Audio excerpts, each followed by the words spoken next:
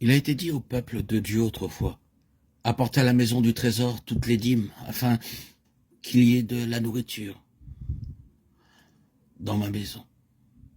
Mettez-moi de la sorte à l'épreuve, dit l'Éternel des armées.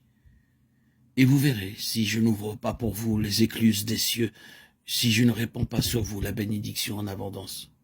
Malachie 3,10. La parole de Dieu demeure toujours la même aujourd'hui. La vie normale d'un chrétien, c'est une vie bénie, et le travail d'un chrétien est aussi un travail béni. Si dans notre expérience nous sommes en contradiction avec ce principe, nous devons aller au Seigneur pour en découvrir la cause. Avec le temps qui passe, il devient de plus en plus évident que certains frères jouissent de la bénédiction du Seigneur et pas d'autres. Il ne nous appartient pas d'être juges en la matière.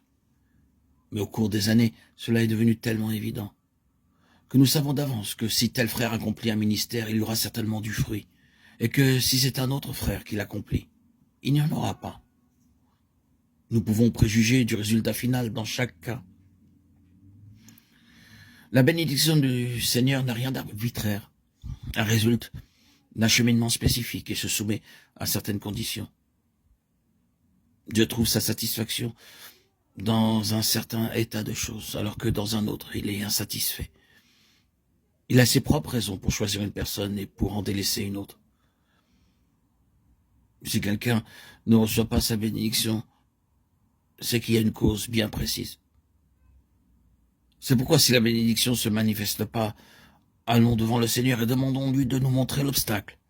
Si cette question saisit notre cœur, il y a de l'espoir pour l'œuvre future. Sinon, l'avenir est sérieusement compromis. Nous devons aspirer à vivre le restant de nos jours sur cette terre en nous attendant sans cesse à la bénédiction divine. Rien d'autre ne peut autant et de manière aussi vitale affecter l'œuvre, car c'est uniquement cela qui produit du fruit. Je suis tout à fait conscient que nous avons chacun nos propres faiblesses. Dieu passe par-dessus certaines d'entre elles, mais pour d'autres, il ne les tolérera pas, et tant qu'elles demeureront, il n'accordera pas sa bénédiction.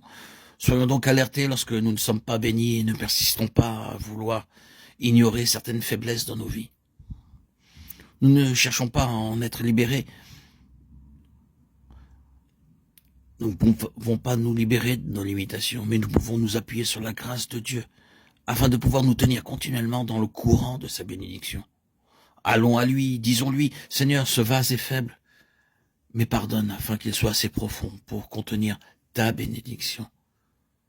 Nous nous livrons à ta miséricorde et croyons que, malgré notre faiblesse naturelle, nous serons délivrés de toutes les faiblesses qui nous empêcheraient d'être des vases pour contenir ta bénédiction.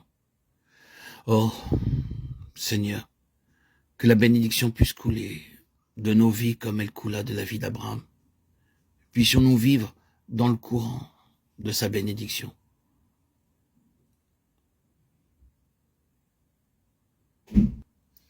Attendons-nous à sa bénédiction, car elle doit devenir notre expérience constante.